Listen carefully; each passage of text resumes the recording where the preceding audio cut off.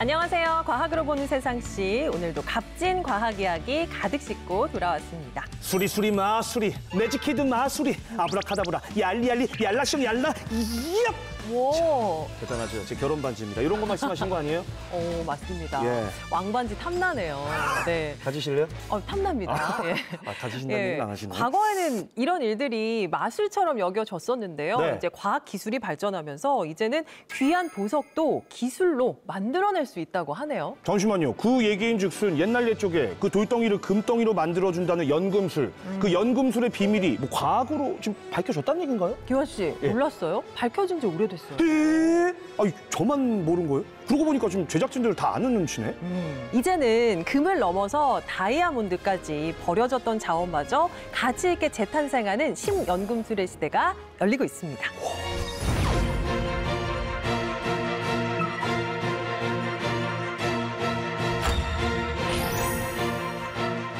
연금술은 당대 최고의 지성인들이 자연의 비밀을 파헤치기 위한 지식 탐구의 한 형태였습니다.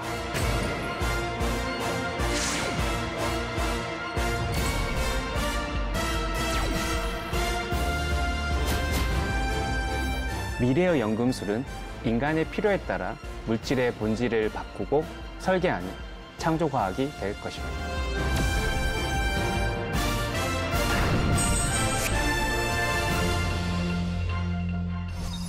오늘 과학으로 보는 세상시에서는 현대과학으로 새롭게 태어난 신연금술에 대해서 알아볼까 합니다. 함께해 주실 두 분부터 소개해 드릴까요? 안녕하세요.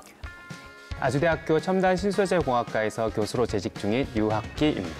반갑습니다. 안녕하세요.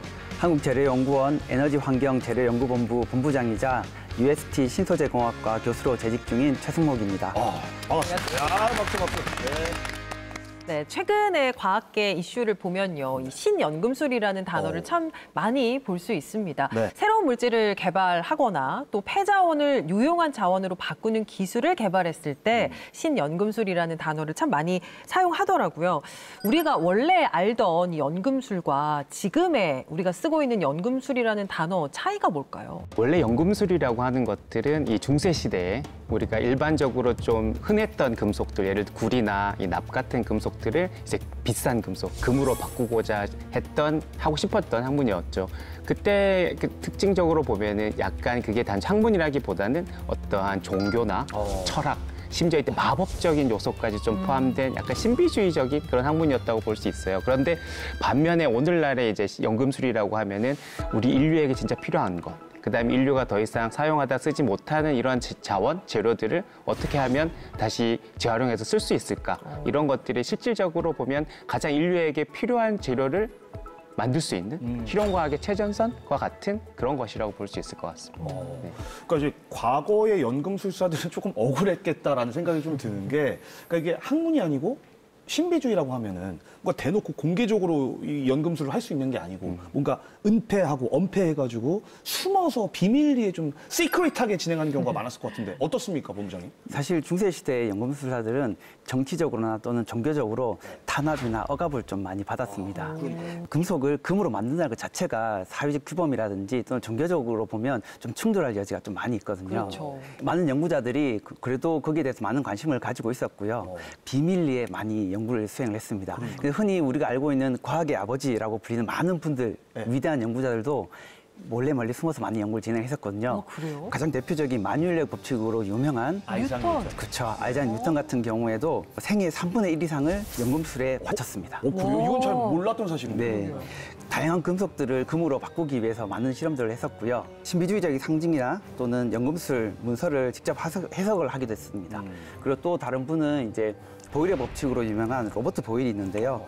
이분도 이제 연금술에 많은 관심을 가졌었고, 그리고 실제로 금을 만드는 실험도 했었는데 이 화학적 변화를 어떻게 실증적인 실험을 통해서 한번 밝혀볼 수 있지 않을까 고민을 많이 했었습니다. 또 나머지 한 분은 이제 행성운동 법칙을 발견한 요하네스 케플러인데요. 이분도 마찬가지로 천문학자이자 수학자였지만 실제로는 이제 전체의 조화가 자연의 신비를 드러낸다고 믿었었고 이게 연금술적인 원리와 관련이 있지 않을까 여기에 대해서 좀 깊이 있게 고민을 했었습니다. 이처럼 연금술은 단순한 미신이 아닌 당대 최고의 지성인들이 자연의 비밀을 파헤치기 위한 이런 지식 탐구의 한 형태였다 이렇게 말씀드릴 수가 있겠습니다. 근데요, 뭐 뉴턴이나 보일이나 케플러나 비교적 근대 과학자들로 알고 있는데 그렇죠.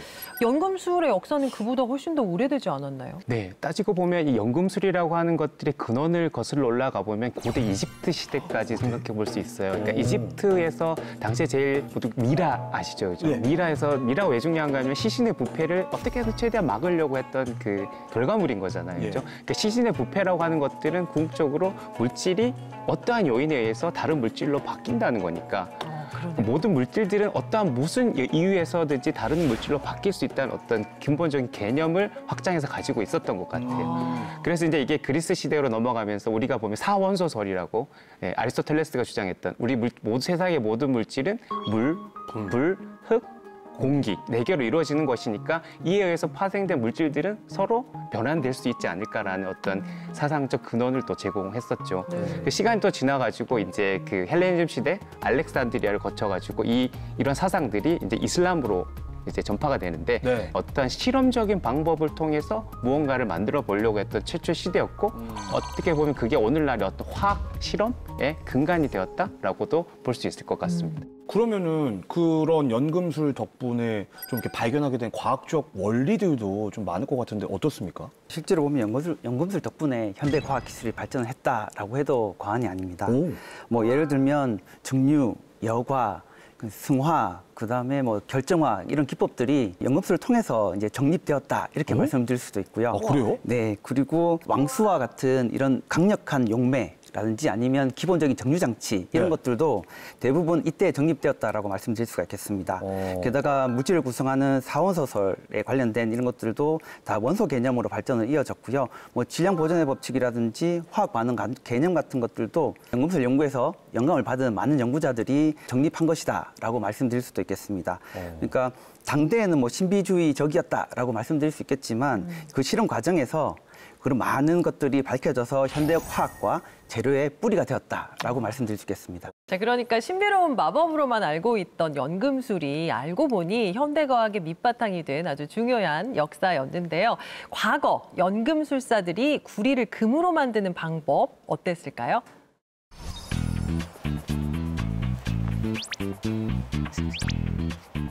자, 여러분 기뻐하십시오. 세계 최고의 부자 누구죠? 만수르.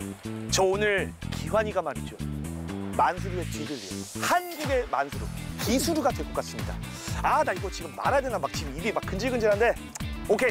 저희 과학으로 본 세상 C 시청자 여러분들 위해서 딱 시청자 여러분들께만 말씀드린 겁니다. 이게 뭐냐면요. 그 고대에서부터 왜 금 만들 때 쓰는 비법서예요. 제가 이걸 탁 입수를 했다는 거 아닙니까? 인생 한 방이라는 게 이럴 때 쓰는 게 아니었습니까? 딱 채널 고정하시고 따라오세요. 자, 갑시다. 자, 우리 스태프들도 비밀 유지. 이분이신가 보구만. 안녕하세요. 반갑습니다. 예.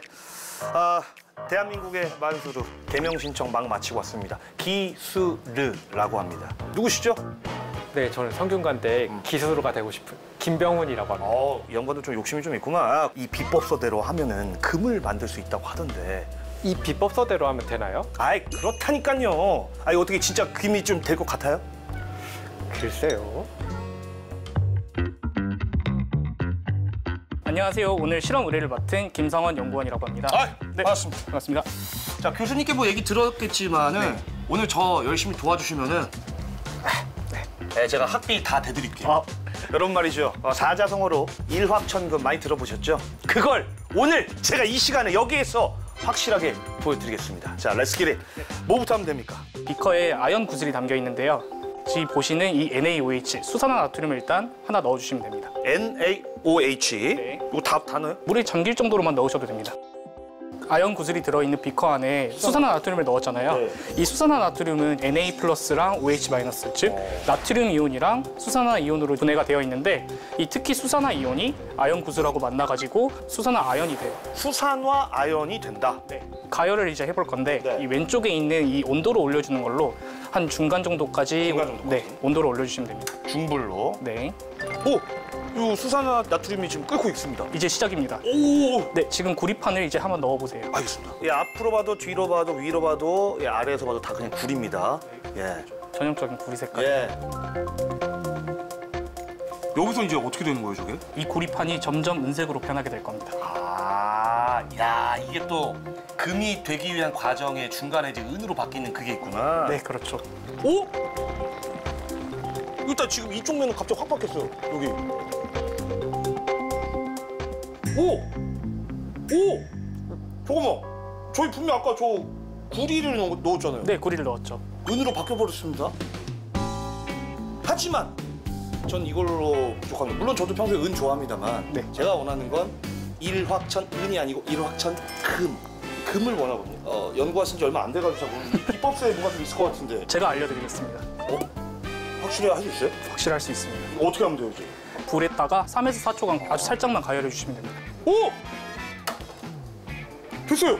바뀌었어요! 우와! 지금 라이터로 3초도 아니에요? 한 1, 2초? 좋았어! 고맙습니다, 진짜. 야, 감사합니다. 내 이유는 진짜 잊지 않을게. 빨리 퇴근해요. 네. 야, 좋다, 좋다. 규현 씨, 네. 이거 진짜 금은 아니에요. 아, 그냥 지금. 그러니까 알았어요. 제가 아까 말씀 아니. 약속했잖아요. 교수님 제가 특별히 20% 챙겨 드린다고. 아니 그게 아니고 네. 이거는 금이 아니에요. 그러면 금을 닮은 굴이에요. 굴이라고요? 규현 씨가 열심히 만드신 이거를 네. 우리는 황동이라고 부르는데요. 네. 황동은 빛을 반사하는 특징이 있기 때문에 반짝반짝해서 금이라고 오해하기가 굉장히 쉬워요. 하지만 이건 금이 아니에요. 이 금이? 잠깐만. 나 그럼 이거 나 지금 어제 이거 원서예요, 심지어 여러분. 나 이거 정독했어요, 이거. 그러면은 금을 만드는 건 불가능한 거예요? 가능은 한데 네. 굉장히 어려워요. 우리가 뭘 만들려면 네. 화학 반응을 해야 되는데 네. 화학 반응을 해서는 원소를 바꿀 수는 없어요. 결합만 바꿀 수가 있지. 그러려면 우리가 다른 원소를 가지고 와서 굉장히 높은 에너지를 줘야 되는데 네. 그럴 바엔 금을 사는 게 낫죠. 자, 그래도 지금 과학 기술이 계속 발전하고 있으니까 언젠가는 이 연금술 가능하겠죠? 언젠가는 가능할 겁니다. 기환 씨가 계속 노력해 주십시오. 저도 노력할 테니까 교수님도 계속 연구해 주세요. 알겠습니다. 자, 알겠습니다. 자, 2025 현대판 연금술. 비록 오늘 제 실험은 실패로 끝이 났지만 교수님 말씀처럼 저는 계속 도전하고 또 도전하겠습니다. 일확천금 김기환이 기술가 되는 그날까지 김기환의 도전은 계속됩니다. Coming soon. See you soon. 아니 진짜로 저는 일확천금을 딱 꿈꾸고 이제 이러면은 제가 오늘 이 녹화가 마지막 녹화 방송 은퇴해야겠다 그런 생각으로 사실 했었는데 예 죄송합니다. 결국 계속해야 될 것 같습니다. 우리 과학으로 보는 세상 C를 봐서는 다행이네요. 우리 규환 씨가 떠날 수도 예. 있었는데. 그렇죠. 네. 자, 본부장님, 이 현대 과학으로도 금을 만드는 건 불가능한가 봐요. 실제로 보면 과학이 연금술사의 꿈을 이루는 그런 순간도 있긴 했습니다. 1935년에 마리 퀴리의 딸인 이렌 졸리오 퀴리 부부가 방사능 원소인 인을 성공적으로 합성해서 노벨 화학상을 받았는데요. 당시 노벨상 시상식에서는 새로운 물질을 만든 거기 때문에 연금사들의 꿈이 드디어 이루어지는 것이구나 라는 생각했습니다. 인을 만들면 금도 만들 수 있지 않을까 라는 생각을 할 수 있으니까요. 근데 여기에 어떤 새로운 물질을 만드는 방법은 솔직히 간단합니다. 입자를 가속시켜서요. 아주 빠른 속도로 가속시켜서 어떤 입자를 충돌하게 하면 양성자나 중성자를 잃거나 또는 얻게 되거든요. 그렇게 되면 새로운 물질이 바뀝니다. 보면 미국의 화학자인 글렌 시보그는 1980년도에 비스무트를 이용을 해서 비스무트에 강한 입자를 충돌시켜서 양성자를 4개를 떼어내고요. 그렇게 되면 금이 됩니다. 실제로 그래서 금을 만들었습니다. 네. 근데 물론 이렇게 만들어진 금 같은 경우에는 상당히 비용이 비싸고요. 예를 듣기로는 수십 그램 없는데 1000조 단위의 이런 얘기도 있고요. 배보다 배꼽이 더 크네요. 네. 근데 이게 만들어진 금은 사용할 수도 없습니다. 왜요? 방사능 덩어리라서요. 이거 참 애매하네요. 제가 원하는 대답이 전혀 안 나오고 있는데. 그러면 또 한편으로 이런 생각도 드는 게 사실 저희가 귀하게 여기는 귀금속이 금만 있는 건 아니잖아요. 예? 루비, 사파이어, 다이아몬드. 있고. 예. 그 뭐 좀 그거 좀 가능하다 싶은 귀금속이 있을까요? 소위 말해서 좀 보석 같다라는 느낌을 줄 수 있는 게 가장 흔하게 첫 번째 생각하면 진주는 사실 이 조개에서 이렇게 만들어질 수 있잖아요. 제가 옛날에 양식도 그래서 할수 조개를 있죠. 엄청 찾아다녔죠. 그렇죠. 해루질하고 맞아요. 네. 그래서 조개를 양식하게 되면 기본적으로는 진주를 인공적으로 합성할 수도 있는 그렇죠. 거니까 네. 일단 진주는 가능하고요. 그다음에 우리가 루비, 사파이어 이러한 보석들이 있는데 고유한 색깔을 내죠. 약간 빨간색, 혹은 막 짙은 초록색 이런 색깔들을 내는데 이것들은 사실 산화 알루미늄이라는 어떤 광물에서 시작합니다. 그러니까 산화 알루미늄에 크롬이 들어가게 되면 루비가 되고 네. 산화 알루미늄에 타이타늄이나 철이 조금 들어가게 되면 이 사파이어가 되거든요. 이거를 인공적으로 만들 수 있어요. 그러니까 그러한 불순물들을 일부 미량 넣고 산화 알루미늄이라는 결정 구조를 되게 고온에서 잘 이렇게 합성하게 되면은 그런 인공 보석을 만들 수가 있습니다. 뿐만 아니라 이 보석 중에 최고라고 하면 역시 다이아몬드. 이 다이아몬드도 이제 사실 고온 고압에서 어떤 특정 조건에서 만들어질 수도 있고 또 최근에는 이 기상화학 증착법이라는 방법을 통해 가지고 이 탄소로 이루어진 다이아몬드를 네. 인공적으로도 인공 다이아몬드. 합성할 수가 있습니다. 그러니까요. 그러면 이제 만들 수 있다는 말씀이시잖아요. 천연 다이아몬드와 인공적으로 만든 다이아몬드의 좀 차이점이라면 뭘까요? 근데 실제 인공 다이아몬드와 그 천연 다이아몬드를 구분하기는 쉽진 않습니다. 눈으로 봐서는 어려운 거죠? 전혀 구분하지 못합니다. 네, 전문가라 할지라도 실제적인 장비가 없다 그러면 확인을 못 하고요. 강도라든지 굵기, 과학적 특성도 뭐 차이가 없습니다. 구조 자체도 탄소 구조체이기 때문에 차이가 없고요. 그럼요. 네, 그렇지만 이제 어쨌든 천연 다이아몬드는 뭐 수억 년 동안 지하 깊숙한 곳에서 고온과 고압의 환경에 노출된 상태에서 서서히 성장돼서 만들어진 거거든요. 그러다 보니까 이런 불순물들이 미량 포함되어 있거나 아니면 그 흔적들이 살짝 보이긴 합니다. 네네. 네. 그다음에 인공적인 다이아몬드 같은 경우에는 짧게는 며칠, 길게는 몇 주 동안 고온과 고압의 환경에서 만드는데요. 이때 실험실에 있는 미세한 금속 불순물들이 살짝 들어갈 수 있어요. 광학적인 특성이라든지 아니면 형광이라든지 아니면 전자광학 현미경 같은 걸 통해서 확인할 수가 있습니다. 그렇지만 사람 눈으로 구분 못하기 때문에 제가 알고 있기로는 인공 다이아몬드의 품질이 점점 좋아지고 있고요. 그래서 천연 다이아몬드의 가격이 점점 떨어지고 있다라고 들었습니다. 그 최근에 네. 언론 보도에서도 많이 나왔는데 근데 그럼에도 불구하고 인공 다이아몬드니까 아무래도 좀 한계는 분명히 있을 것 같거든요. 그러니까 쓰임도 좀 다를 것 같은데 근데 이제 덕분에 뭐 결혼 풍속이 좀 바뀐다라는 얘기도 좀 듣긴 했어요. 예. 어떻습니까, 교수님? 보석이나 예물이나 이런 쪽으로도 쓸 수 있지만 또 이 산업적으로도 되게 활용 가치가 높거든요. 그러니까 정밀 가공을 하기 위해서 필요할 때도 있고 또 요즘에 그 양자 컴퓨팅이라는 것도 들어보셨을 거예요. 네네. 양자 컴퓨팅을 하려면 이 양자 얽힘을 만들어내는 소재가 필요한데 이 다이아몬드에다가 특정 불순물을 넣어가지고 그 양자 얽힘을 만들 수 있는 어떤 그런 소재로도 무궁무진하게 활용될 수 있습니다. 다양하네요. 그러니까 보석으로만 생각했는데 네, 다양하게 활용이 되네요. 네. 다이아몬드의 주요 구성 요소가 이제 탄소잖아요. 최근에 탄소를 줄이려고 다양한 기술을 개발하고 있는데 다이아몬드를 만드는데도 활용하면 참 좋겠다라는 생각이 드네요. 좋은 생각인데요? 네. 이미 많은 분들이 그렇게 생각을 하셨고요. 실제 그런 기술이 나와 있습니다. 이제 미국의 스타트업 기업인 에테르라는 데가 있는데요. 여기는 공기 중에 있는 약 20톤의 CO2를 포집을 해서 얘를 가지고 인공 다이아몬드를 만들기도 합니다. 기본적으로는 DAC라고 해서 다이렉트 에어 캡처 방식인데요. 선풍기라고 생각하시면 돼요. 선풍기로 막 바람을 막 빨아들여요. 빨아들이는 거고요. 예, 선풍기처럼 빨아들이면 얘가 필터가 있습니다. 그러면 막 끌려오다가 CO2만 갇혀요. 아니면 미세먼지 같은 것들도 갇히고요. 네네. 그럼 나머지 깨끗한 공기는 빠져나가고요. 네. 이렇게 모은 걸 갖다가 열을 살짝 가해주면 얘가 릴리즈돼서 다시 CO2를 모을 수가 있습니다. 이렇게 CO2를 딱 모으게 되면 CO2는 안정하기 때문에 바로 쓸 수는 없고요. 다시 수소를 가지고 집어넣어. 결합을 시키면 얘가 메탄이 됩니다. 오? 메탄이 되면 이 메탄을 가지고 온도와 압력을 가하게 되면 이 다이아몬드가 우리가 알고 있는 그 인공 다이아몬드가 되는 거죠. 아니, 그러니까 이 모든 게 다 연금술이라는 거예요? 네. 기술이 굉장히 막 복잡하게 들리진 않는데요. 네. 네. 원래 나와 있던 기술들을 많이 활용하고 있습니다. 네. 그렇군요. 예.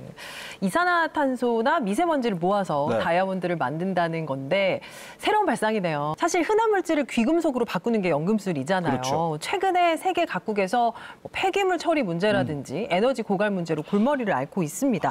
이런 분야에서도 교수님 신연금술을 활용할 수 있으면 좋을 것 같은데요. 네, 그래서 최근에 그 현대판 신연금술이 다시 이제 부각을 받고 있는데요. 네. 그 우리가 실제 생활에서 폐자원, 더 이상 쓸 수 없는 소재들을 다시 재활용하거나 더 고부가 가치를 가지는 소재로 바꿔줄 수만 있다면 우리가 인류에게 많은 도움이 될 수 있잖아요. 네. 우리가 플라스틱 많이 쓰시잖아요. 네. 그러니까 플라스틱이라는 게 궁극적으로 이 탄소랑 수소가 이렇게 길게 이렇게 이루어진 고분자라는 물질을 이렇게 물질 형태를 가지고 있는데 이것들을 적절하게 열 처리하고 다시 그 결합들을 끊어가지고 우리 생활에 필요한 연료 같은 것들을 만들 수 있어요. 뭐 경유나 아니면 항공유 같은 뭐 그런 쪽으로도 가능하고 진짜요? 또 버려진 배터리 거기에서 리튬을 다시 좀 고부가 가치로 환원하거나 버려진 전자 제품에서 금이나 팔라디움, 백금 같은 원자들을 추출하거나 이런 것들도 되게 중요한 기술로 부각되고 있고 좀 전에 저희가 이야기 나누었지만 그 이산화탄소를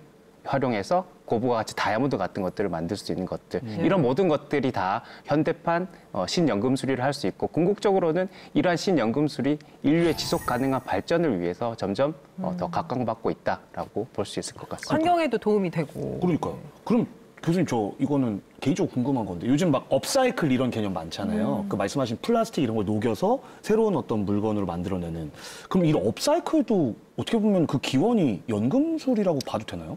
그럴 수 있죠. 사실 우리가 리사이클이라고 하면은 다시 쓰는 재활용이고 재활용. 업사이클이라고 하면은 그걸 그러니까 부가가치를 더 높여서 사용한다는 거거든요. 네. 연금술이라는 게 다시 구리나 납 같은 그러니까 조금 흔하거나 싼 금속을 더 고부가 가치로 만든 거니까 업하는 거니까 어떻게 보면 기본 개념은 거기에 연관된다고 볼 수 있을 것 같습니다. 그 연금술을 요즘에 실제적으로 저희가 쓰지만 않았지 이미 일상생활에 녹아져 있었네요. 저 질문 괜찮았죠? 네. 수준 괜찮았죠? 네. 좋습니다. 다음 감사합니다. 질문 드리겠습니다. 네. 저는 일단 어쨌거나 안 지나서나 자나깨나 오늘 기승전 귀금속이거든요. 네. 예. 탄소, 이 공기 중에 있는 탄소로 만들 수 있는 것들 중에 다이아몬드 말고 또 어떤 게 있을까요? 네. 뭐 공기 중에 이산화탄소를 가지고 뭐 다이아몬드 말고도 만들 수 있는 거 많이 있는데요. 뭐 콘크리트라든지 또 플라스틱, 뭐 생활용품 같은 걸 만들 수 있습니다. 살짝 실망했어요. 저 지금 집중이 안 되고 있습니다. 이것도 상당히 고부가 가치 산업에 연결되는 그런 기술들입니다. 네, 네. 콘크리트를 제가 만들잖아요. 네. 이때 대기 중에 있는 CO2를 포집을 해서 주입을 해줍니다. 그렇게 되면 콘크리트 안에는 칼슘이 있는데요. 그러면 이산화탄소가 만나서 탄화칼슘이 돼요. 결정이 되고 나면 콘크리트의 강도가 높아집니다. 그러니까 상당히 CO2도 줄이면서 뭐 고부가 가치 산업을 접근할 수도 있고요. 두 번째는 이제 생활용품 분야인데 CO2를 포집합니다. 그 다음에 얘를 가지고 또 물을 전기 분해하면 수소가 얻어지거든요. 네. 그러면 CO2가 있고 수소가 있으니까 얘를 열화학 촉매 반응을 시키게 되면 에탄올을 만들어서 어떻게 적용하냐면 손소독제 쓸 수 있죠. 그렇죠, 소독제. 네. 그다음에 이거 조금 특이하긴 한데 이 깨끗한 에탄올을 보드카로도 만들 수 있습니다. 제가 향수 쪽에 관심이 많아서 향수도 에탄올 얘기를 들었던 것 같아요. 네, 맞습니다. 향수 같은 경우에도 베이스는 에탄올이잖아요. 네. 그 향기가 나는 이런 에센스 오일 같은 걸 집어넣게 되면 향수가 되기 때문에 향수로도 사용될 수가 있습니다. 네, 네. 그리고 뭐 세 번째는 이산화탄소를 원료로 사용해서 폴리우레탄 폼을 만듭니다. 그래서 이제 매트리스 또는 단열재 또는 신발 밑창 등을 사용하고 있고요. 그렇게 보면 이런 이산화탄소를 갖다가 탄소원으로 보고 그러니까 자원으로 보는 거죠. 이렇게 해서 화학적 전환 기술을 활용을 해서 실생활에 사용되고 있는 이런 제품들을 만드는 그런 신연금술의 또 다른 실현이라고 할 수가 있습니다. 과거에는 버려졌던 네. 사실 버려졌다라기보다는 지구온난화의 주범이라고도 볼 수 있는 네. 이런 이산화탄소가 자원이 되고 있다고 말씀드릴 수가 있겠습니다. 일석이조인 거네요. 다행이다. 네, 네. 네, 맞습니다. 그러면 탄소 외에도 이제 우리가 흔히 이제 쓰레기로 취급하는 폐자원을 새롭게 재탄생시킨 것들도 있나요? 우리가 오늘 또 항상 보면 항상 버리는 것들이 있죠. 비닐봉지, 그다음에 뭐 페트병 네. 이런 것들. 근데 이런 것들이 근본적으로는 다 석유 정제 과정에서 나오는 원료들로 만들어지는 거거든요. 다시 돌려서 생각을 하게 되면 이것들을 다시 석유처럼 우리에게 필요한 에너지원으로도 만들 수 있겠다는 생각을 할 수 있잖아요. 그죠? 그렇게 해서 실제로 이러한 그 폐비닐이나 폐플라스틱 등을 열분해 시켜가지고 어떤 다양한 연료, 경유 혹은 항공유 같은 것들을 만들 수 있는 연구가 많이 활발히 진행이 되고 있고, 그 어반 마이닝이라고 해서, 우리 마이닝이라고 하면은 광산이잖아요. 광산에서 이제 금을 캐던지 해야 될 텐데, 어반 마이닝이라는 게 뭐냐면 도시 속의 광산. 우리가 집안에 보면은 쓰지 않는 스마트폰들, 그다음에 오래된 전자기기들 보면 거기에 반도체 공정들에 사용된 금이 되게 많이 들어가 있어요. 근데 그거를 이제 효과적으로 금만 이렇게 잘 채취해낼 수 있다면 그게 다시 또 고부가 가치가 될 수 있으니까 이런 것들도 지금 많이, 금뿐만 아닙니다. 백금, 그다음 팔라듐 뭐 이런 것들 고부가 가치가 되는 귀금속들이 많이 거기 잠자고 있어요. 그걸 잘 쓰고 있으면 좋을 것 같고. 이 안에 집에 있어요? 거기 쌓아두면 안에도 안 되겠네요. 들어있습니다. 그래서 보통 보면 그런 거 무료로 회수해가는 기업들도 있습니다. 있죠. 음식물 쓰레기도 사실 그냥 버려지면 쓰레기인데 여기서 메탄가스가 나오거든요. 그걸 활용하게 되면 메탄이 우리가 또 연료 같은 것들로 사용할 수 있는 거니까 이런 것들 통해서 볼 때 다양한 이런 것들이 가능할 수 있고, 궁극적으로는 리사이클이 아닌 업사이클 할 수 있는 그런 기술들은 많이 개발되었고 앞으로도 더 개발될 것 같습니다. 네. 진짜 연금술 들으면 들을수록 정말 안 되는 게 없다라는 생각이 드는데, 그 아까 왜 4원소 얘기를 하셨잖아요. 그러니까 물, 불, 흙, 공기. 어떻게 보면 우리 주변에서 일상에서 가장 흔하게 만날 수 있는 그런 물질들인데 이것들을 조금 더 유용하게 할 수 있는 기술 뭐 이런 건 없나요? 특히 요즘에는 물이 좀 주목을 받고 있는 것 같습니다. 예, 바닷물을 가지고 담수를 만드는 해수 담수화 기술도 있고요. 최근에는 이제 습한 공기에서 물을, 식수를 바로 채취하는 기술도 나와 있었고요. 이거 먹을 수 있는 물이요? 네, 먹을 수 있습니다. 이게 다들 아실 거예요. 아침에 보면 거미줄이 있고 거기에 이슬이 맺혀져 있잖아요. 네네. 이걸 가지고 좀 더 효과적으로 물을 채취할 수 있게끔 웹을 만들어서 기술을 한 거거든요. 그래서 이렇게 해서 직접 식수도 뭐 얻을 수 있고요. 뭐 흙 같은 경우에, 토양 같은 경우에도 보면 버려지는 폐 자원들이 많이 있습니다. 뭐 폐 목재라든지 아니면 우리 커피박들 많이 버려지잖아요. 네네. 얘를 이용을 해서 토양 개선제로도 사용할 수가 있습니다. 근데 환경적인 관점에서 상당히 유용한 개선제라고 말씀드릴 수가 있겠습니다. 네. 공기에서 물까지, 식수까지 추출을 한다고 하니까 정말 신연금술이다라고 표현을 해도 과언이 아니네요. 자, 과거에는 신비로운 영역이었던 연금술, 진짜 과학적으로 가능한 이야기였을까요?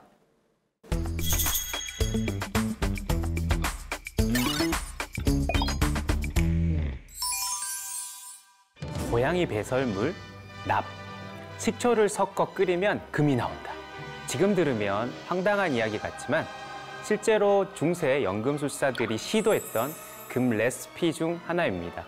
연금술사들은 단순히 실험을 한 것이 아니라 이 자신들만의 철학과 세계관 속에서 물질의 변화를 진지하게 탐구했습니다. 그렇다면 이들은 과연 과학을 몰랐던 걸까요? 아니면 당시의 한계 속에서도 뭔가 의미 있는 시도를 했던 걸까요? 모든 물질은 원자로 이루어져 있고 원자는 중심의 원자 핵과 그 주위를 도는 전자로 구성되어 있습니다. 이 중에서 가장 중요한 건 양성자의 수인데요. 바로 이 양성자의 개수, 즉 원자 번호가 그 원소가 무엇인지를 결정합니다. 예를 들어 탄소는 원자 번호 6번, 양성자 6개, 전자도 6개이고 금은 79번 원소로 양성자 79개, 전자도 79개, 중성자는 약 118개쯤 됩니다. 이 숫자가 바뀌지 않는 한 납에 식초를 붓고 유황을 섞고 아무리 정성껏 끓여도 금으로 바뀌지는 않습니다. 즉 화학 반응만으로는 원자 번호를 바꿀 수 없기 때문에 연금술사들의 방식은 과학적으로 불가능했던 것이죠. 이 부분이 바로 연금술의 오류입니다.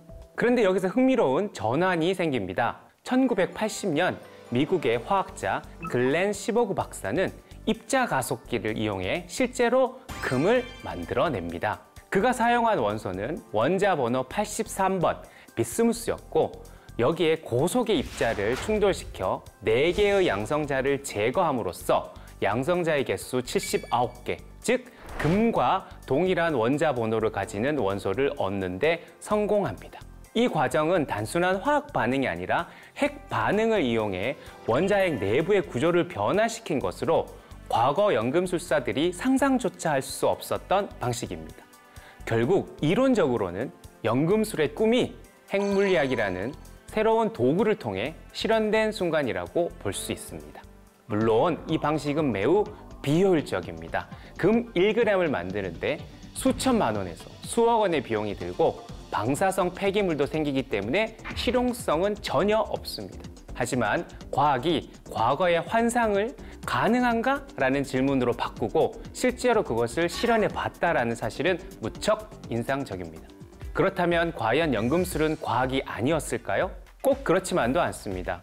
연금술사들이 남긴 다양한 실험 기법, 증류, 승화, 결정화, 여과 같은 기술들은 오늘날 실험화학의 기초가 되었고 다양한 물질을 조합하고 변화시키려 했던 철학적 시도는 후에 화학, 재료과학, 의학, 심지어 금속공학으로까지 이어졌습니다.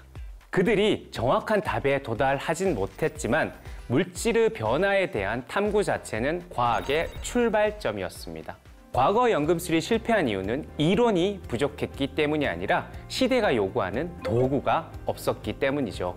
금을 만들려 했던 그들의 욕망은 인간의 지식욕과 상상력의 표현이었고 그 여정은 우리가 지금 누리고 있는 과학 발전의 뿌리가 되었습니다. 연금술은 틀린 과학이 아니라 아직 시작되지 않았던 과학이었습니다. 그리고 오늘날 우리는 더 정밀한 지식과 기술을 갖춘 상태에서 그 오래된 질문에 더 나은 답을 찾아가는 중입니다.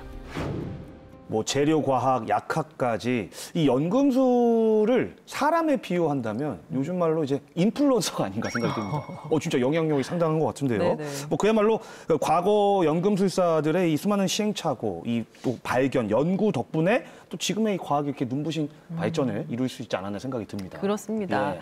네, 최근 과학계에서는요, 과학기술을 한층 발전시키는 새로운 물질, 또 소재 개발에도 많은 노력을 기울이고 있다고 하는데요. 대표적으로 어떤 게 있을까요, 본부장님? 네. 과거의 연금술이라고 하면 눈으로 보이는 가치를 중시하잖아요. 네. 그러니까 흔한 금속을 금으로 바꿔서 하는 건데 실제로 연금술이라고 얘기한다 그러면 과학기술 발전과 산업기술 발전에 도움이 되는 그런 신소재까지 확장이 되었다라고 볼 수가 있습니다. 첫 번째가 이제 그래핀이라고 볼 수 있는데요. 그래핀. 네, 그래핀을 많이 들어보셨을 거예요. 네. 연필을 구성하는 흑연에서 탄소 한 층만 딱 떼어내면 되는 건데 얘가 대략 한 0.36 나노 정도 두께고요. 상당히 얇잖아요. 네. 그런데 얘가 특성은 너무 좋아요. 구리보다 전기 전도도가 100배, 그리고 강철보다 강도가 200배 가까이 높은 그런 소재라고 볼 수가 있고요.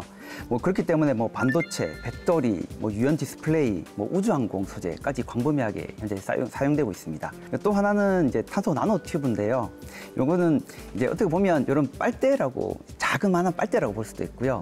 너무 미세하기 때문에 주사 바늘을 쓸 경우에는 전혀 아프지 않아요. 네, 이렇게 해서 사용되기도 하고요. 네네. 그 외에도 이거 특성 자체가 또 전기 전도도 높고 열 전도도 높기 때문에 마찬가지로 반도체라든지 바이오 센서, 수소 저장 소재 이런 쪽으로도 많이 사용되고 있습니다. 그다음에 요즘에 좀 각광받고 있는 소재이긴 한데요. 모프라고 해서 금속 유기 골격체라는 게 있습니다. 이게 어떻게 구성된 거냐면 금속이온하고 유기 분자가 얘들이 규칙적으로 배열되어 있는 형태이고요. 근데 이게 생긴 게 보면 스펀지처럼 생겨 있어요. 스펀지 보면 이제 구멍이 많이 나와 있잖아요. 그렇기 때문에 어떤 물질들을 흡착하기가 용이합니다. 그렇게 해서 보면 이산화탄소를 이 모프를 이용해서 바로 흡착하기도 하고요. 아니면 수소를 흡착했다가 탈착하기도 하고요. 수소 같은 경우에는 기체이기 때문에 보관하기가 상당히 힘들잖아요. 그리고 위험하기도 하고. 그런데 이런 유기골격체에다가 딱 보관하게 되면 안전하게 오랫동안 보관하고 이동시킬 수도 있습니다. 그래서 보면 이런 신소재들은 기존의 자원으로는 전혀 구현하지 못하는 그런 특징들을, 물리학적인 특징들을 저희가 인위적으로 구현할 수가 있는 거잖아요. 예. 그런 쪽으로 보면 말 그대로 새로운 물질을 연금술이 새로운 물질을 창조하는 거니까 그럼 우리가 현대에서는 새로운 물질을 항상 매번 창조하고 있다.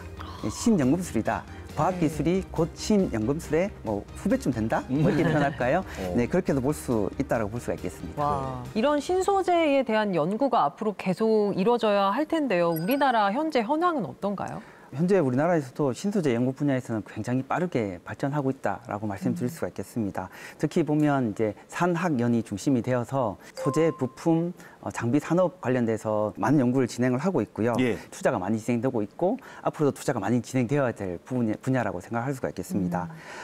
좀 예를 들면 그래핀 분야에 보면 한국전자통신연구원이라든지 서울대, 성균관대, 카이스트 포함한 상당히 많은 학교, 산학연에서 많은 연구를 하고 있고요. 탄소 나노 튜브 같은 경우에는 한화솔루션, LG화학, 그다음 삼성, 회사 이름만 들어보면 뭘 하는 데인지 아시겠죠? 예. 배터리라는 회사거든요. 배터리에서 가장 중요한 게 뭐 다 중요하지만 전기 전도도가 좋은 소재들을 많이 필요로 합니다. 도전제로 또 첨가제로 배터리 소재로 사용하고자 하는 그런 연구가 실제 진행이 되고 있고요. 그리고 모프 같은 경우에도 보면 한국화학연구원이라든지 재료연구원 그리고 그 외 많은 학교들에서 관련해서 앞서 말씀드렸다시피 이산화탄소를 직접 포집하거나 아니면 수소를 저장하거나 또는 약물을 전달할 때 쓴다거나 뭐 그런 쪽으로도 연구 성과를 내고 있습니다. 활발하군요. 예. 그러면은 지금 말씀하신 이런 소재들, 이런 신소재들이 상용화가 되면 우리나라 산업은 물론이고 실생활에도 굉장히 많은 영향을 미칠 것 같은데 어떻게 좀 예상을 하세요? SF 영화 보면 될 것 같아요. 우리가 지금 누리고 있는 것들은 어떻게 보면 20년 전에 TV 나왔던 거 있죠. 뭐 터치만 하면 다 되고 말리는 TV 같은 것도 지금 다 거의 나왔죠. 나오고 네, 있잖아요. 그렇죠. 이게 지금 말씀드린 이러한 재료들이 정말 산업에 응용되기 시작하게 되면은 뭐 조금 더 가볍고 조금 더 빠르고 조금 더 편리하게, 인간을 위해서 편리하게 제공될 수 있는 다양한 어떤 기기 아니면 이런 것들 서비스가 가능할 수 있는 사회가 될 거고요. 더하기 중요한 건 우리가 인류가 지구에서 이제 계속 살아야 되잖아요. 네. 지속 가능한 발전을 위해서는 환경적 측면도 되게 중요한데 아까 말씀하신 것처럼 어떻게 CO2를 효율적으로 제거하고 혹은 또 인류가 살지 못하는 공간에서도 대기 중의 수분만 이용해서 먹고 살 수 있는 물이 나올 수도 있고 그러니까 이런 것들 편리성과 지속 가능성을 동시에 잡아줄 수 있는 그런 사회가 도래하지 않을까 이렇게 생각하고 네. 있습니다. 우리나라에서 좀 독자적으로 개발하고 있는 뭐 신소재 같은 것들이 있을까요? 혹시? 네. 뭐 대표적으로 보면 뭐 K 그래핀이라 불리는 그런 국산 그래핀 소재도 개발해보자라는 움직임이 있고요. 그래서 이제 기존의 수입에 의존하는 걸 갖다가 이제 국산화해서 대체해보자라는 것도 있고 이제 한국화학연구원이라든지 한국전자통신연구원에서 많은 연구를 진행을 하고 있습니다. 그리고 또 다른 소재로는 고온 초전도체라는 게 있는데요. 고온에서도 초전선을 유지하기 때문에 전기 전도도가 아주 우수하고 그렇기 때문에 전선이라든지 자기 부상 시스템에도 충분히 사용할 수 있는 그런 기술이라고 볼 수가 있고요. 한국재료연구원에서도 관련돼서 뭐 고효율 비금속 촉매 소재라든지 친환경 나노 복합 재료, 뭐 고내열 세라믹 섬유 등 극한 환경에서 사용할 수 있는 소재들을 많이 개발하고 있습니다. 특히 한국재료연구원은 수전에 관련된 기술에 대해서도 많은 관심을 가지고 있는데요. 네. 국내 유일의 음연교환막 수전의 중점 연구실을 보유하고 있고 여기에서는 새로운 소재뿐만 아니라 소재를 기반으로 해서 부품, 시스템까지 연계하는 기술까지 개발을 해서 개발된 소재가 실제 산업에 연결될 수 있는 그렇게까지 연결하는 쪽으로 연구를 진행을 하고 있습니다. 네, 이러한 소재들은 뭐 수입에 의존하던 이런 고기능성 소재를 대체할 수 있기 때문에 뭐 글로벌 소재 시장의 기술 주도권을 가지고 그리고 새로운 시장을 창출할 수 있을 것이라고 믿고 있습니다. 네, 과학으로 보는 세상시 세상의 모든 걸 더 값지게 만드는 현대판 신연금술에 대한 이야기 나누고 있습니다. 연금술의 과거, 현재까지 알아봤고요. 이제 미래는 또 어떻게 달라질지 궁금해집니다. 교수님, 연금술의 미래 어떻게 전망하세요? 그러니까 미래의 연금술이라고 하게 되면 우리는 새로운 원자의 배치, 원자의 구성을 통한 새로운 기능의 창조 이런 걸 생각해 볼 수가 있을 것 같아요. 물질을 구성하는 기본은 원자고요. 그 원자의 배치가 어떻게 되느냐에 따라서 새로운 그 어떤 물질의 성질이 나타나는 거거든요. 우리가 어떠한 소재를 만들게 됐을 때 이것이 다시 못 써서 버리는 것이 아니고 다시 그거를 원자 단위로 해체했다가 다시 우리가 필요한 물질을 만들어서 우리가 필요한 기능을 취하는 그러한 그러니까 제로 웨이스트 과학 네네. 그것이 실현될 수 있는 사회 그것이 미래의 연금술이 아닌가 이렇게 생각하고 있습니다. 그럼 이제 요새 또 화두로 올라오는 것 중에 하나가 이제 AI잖아요. AI를 통해서 진짜 모든 분야의 발전이 굉장히 빨라지고 있는데 이 신물질이나 신소재 개발, 이 신연금술에도 분명히 AI가 영향을 미칠 것 같은데 어떻게 보세요? 저도 과학계에 있지만 정말 요즘은 이게 정말 하루하루가 너무나 빠르게 달라지고 있다라고 느끼고 본부장님께도 있습니다. 신기한 게 많은가요, 요즘은? 예전 같은 경우에는 우리가 새로운 물질을 개발하겠다 마음먹으면 어떻게 하냐면 우리가 알고 있는 소재들 갖다가 알고 있는 문헌 정보를 가지고 조합을 해봅니다. 근데 이게 보면 차를 가지고 노는 거랑 비슷하게 해요. 근데 그것보다 훨씬 더 복잡하죠, 물론. 네네. 변수도 엄청 많습니다. 그러니까 변수가 많아지면 많아질수록 수많은 케이스가 생기고 인간이 수천 개, 수만 개의 샘플을 만들 수는 없거든요. 그러면 선택할 수밖에 없어요, 이렇게. 어떻게? 감으로. 네, 이렇게 하거든요. 찍는 거네요, 그죠? 네. 그 예를 들어서 지도가 있잖아요. 지도 여기가 동산이에요. 여기가 백두산이에요. 근데 저는 인간이기 때문에 한계가 있으니까 여기만 찍다 보니까 동산이 제일 높네 라고 판단하지만 실제 지도상에는 여기 백두산이기 때문에 여기 찍지 못합니다. 근데 AI 기술이 들어오게 되면 얘는 자기가 알아서 여기 찍어보고 여기 찍어보면 제가 알고 있는 데이터를 통해서 백두산이 여기 좀 있을 것 같아라고 알려줍니다. Materials Informatics라고 하는 기능인데요. 예전에 썼던 그냥 단순하게 문헌상에 나와 있는 데이터 아니면 자기가 제너레이션 데이터를 사용하게 되면 확률이 좀 떨어지긴 합니다. 그래서 어떻게 결합하냐면 뭐 자율 실험실, 자동 실험실이 있어요. 인간이 전혀 개입하지 않는. 그러면 여기서 만들어진 데이터들은 재현성이 있고 변하지 않는 데이터들입니다. 이걸 갖다가 말씀드렸던 Materials Informatics에 연결을 하게 되면 적어도 한 3번 정도만 실험하게 되면 거의 백두산 언저리까지 찍어낼 수 있는 그렇게까지 진행이 되고 있어서요. 네. 많은 과학자들이 우리나라도 마찬가지지만 이런 자율 자동 실험실과 말씀드렸던 Materials Informatics를 연결해서 기술을 개발하고자 많은 노력을 하고 있습니다. 업무적으로 많이 도움을 받으시는 것 같아요. 지금 표정에서 표정이 느껴져요. 제일 밝으세요, 지금. 예. 네. 근데 지금 본부장님 말씀 듣고 보니까 아까 좀 전에 언급됐던 그 3가지 소재들, 탄소 나노 튜브, 그다음에 MOF, 모프, 그다음에 그래핀. 어쩌면 이건 지금 아직 상용화 되기 전인데 이거를 뛰어넘는 물질들이 이미 연구가 되고 있지 않을까라는 생각도 지금 들었거든요. 네, 그렇습니다. 예. 그래요? 말씀하신 것처럼 이러한 뭐 AI 기반으로서 도움을 받기도 하고 이러한 다양한 연구자들이 노력을 해서 새로운 물질들이 이미 많이 제시가 되고 연구가 되고 있는데요. 우리가 그래핀이라는 그 얇은 재료를 많이 익숙하시겠지만 그걸 뛰어넘는, 그러니까 포스포린, 그러니까 인으로 구성된 아주 얇은 물질, 그다음 보로펜, 그러니까 보론이라는 원소로 이루어진 얇은 또 이차원 물질 이런 것들이 새롭게 제한이 되고 실제로 인공적으로 합성이 돼가지고 다양한 물성들이 측정이 되고 있거든요. 그래핀과 다르게 특정 방향으로만 전도성이 있어서 이거를 조절하게 되면 또 다양한 어떤 특성을 볼 수 있는 이런 재료들이 알려져 있고 또 페롭스카이트 양자점이라는 재료도 있습니다. 이거는 쉽게 말해서 전광 효율 혹은 광전 효율이 좋아서 얘를 잘 활용하게 되면은 아주 우수한 태양전지. 그다음에 엄청나게 낮은 에너지로 우수한 발광 특성을 나타내는 뭐 OLED TV 이런 것들도 제작이 가능할 수 있을 것 같고 또 최근에 이러한 저희가 얇은 물질을 이야기 많이 하고 있는데 그게 얇다 보면은 궁극적으로 아주 작게 엄청나게 고성능 소자를 만들 수 있기 때문에 이런 얇은 물질들을 어떻게 쌓느냐에 따라서도 재미난 현상들이 많이 나오거든요. 이거를 트위스트로닉스라고 그래요. 얼마만큼 이거를 이렇게 비틀게 하느냐에 따라 가지고 전혀 다른 어떤 특정들이 나타나거든요. 막 전자가 막 파도처럼 이렇게 움직인다, 뭐 이런 것들도 뭐 초전도 현상이 나타난다, 이런 것들도 어떤 새롭게 제시되고 있는 재료들에서 나타날 수 있는 새로운 물리적 특성이라서 향후에 많은 연구가 될 것 같습니다. 네. 들을수록 욕심이 납니다. 현대판 신연금술이 더 발전하기 위해서 꼭 해결해야 될 점 뭐라고 보세요? 수많은 소재들이 개발되었지만 사실 끝단까지, 그러니까 시스템까지 못 가고 사장되는 경우가 상당히 많이 있습니다. 물론 그 모든 개발된 소재들이 쓸모없다는 얘기는 아니고요. 그 소재를 개발하면서 우리가 알게 된 지식들이 많이 있기 때문에 그걸 기반으로 해서 새로운 소재를 개발해서 의미가 있지만 그래도 아까운 측면이 많이 있습니다.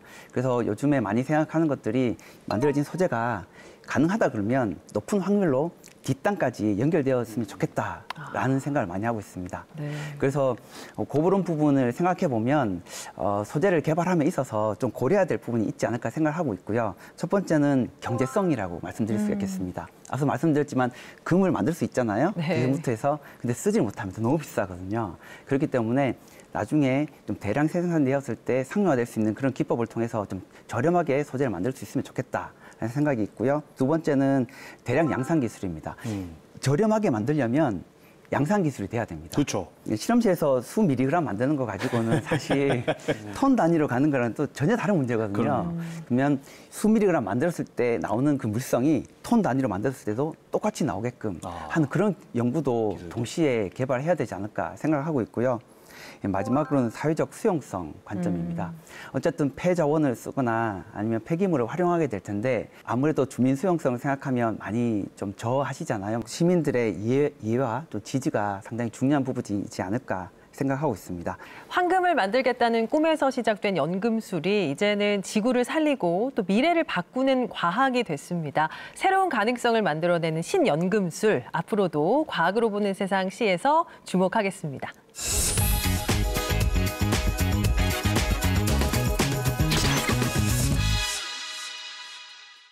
세상의 모든 과학을 파헤치는 과학을 가장 사랑하는 나 김기환, 나만 믿고 보시라. 그렇다면 이 세상의 모든 과학을 이해할 수 있으려니 김기환의 과학 이수다.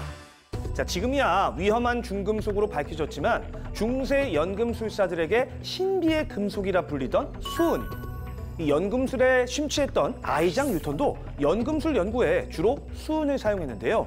더 자세히 연구하기 위해서 맛까지 봤다고 합니다. 뉴턴은 우울증과 불면증, 과대망상 등에 시달렸는데 이러한 질환이 수은 중독 때문이라는 이야기도 있었죠. 실제로 뉴턴의 머리카락을 분석한 결과 수은 농도가 정상 수치의 무려 40배가량이나 높았다고 합니다. 이렇게 수은의 독성은 신비로움 뒤에 숨어 수많은 사람의 삶을 파괴했습니다. 불로장생을 꿈꾼 중국의 진시황, 수은을 약으로 믿고 수은이 함유된 V자의 약을 먹고 바르기까지 했다는데요. 결국 수은 중독으로 사망한 걸로 추정됩니다.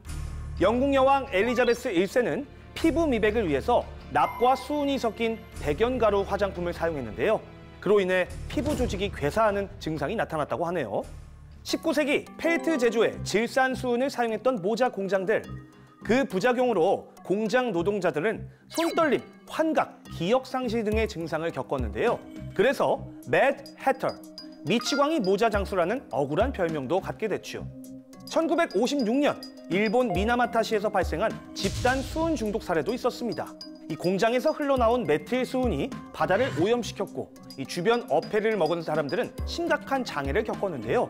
이 끔찍한 사건은 지금도 미나마타병으로 불리고 있습니다. 한때 변화를 부르는 마법의 금속이라 불렸던 수은. 인간의 욕심이 부른 비극은 아니었을까요? 지금까지 과학을 가장 사랑하는 남자 김규환의 과학 이수다였습니다. 네, 과학으로 보는 세상시 세상을 바꾸는 기술 신연금술에 대해서 알아봤습니다. 보자 풀어보자. 기환 씨 뭐 찾아요? 아니 오늘 제가 이제 그 두 분 말씀을 들어보니까 이 세상에는 정말 쓸모없는 물질은 없다. 그래서 새로운 물질을 발견을 해서 김기환이 아니라 정말 기술으로 다시 좀 재탄생해야겠다는 생각이 드는데 네. 귀금속 찾았다. 보석이 여기 있네. 괜찮았어요? 네. 예. 그리고 뭔가 쓸모 있는 거를 새로운 소재를 찾으면 저한테도 꼭 연락 주시기 바랍니다. 10% 떼드릴게요. 네네. 두 분 많은 이야기 나눠주셨는데 어떠셨어요?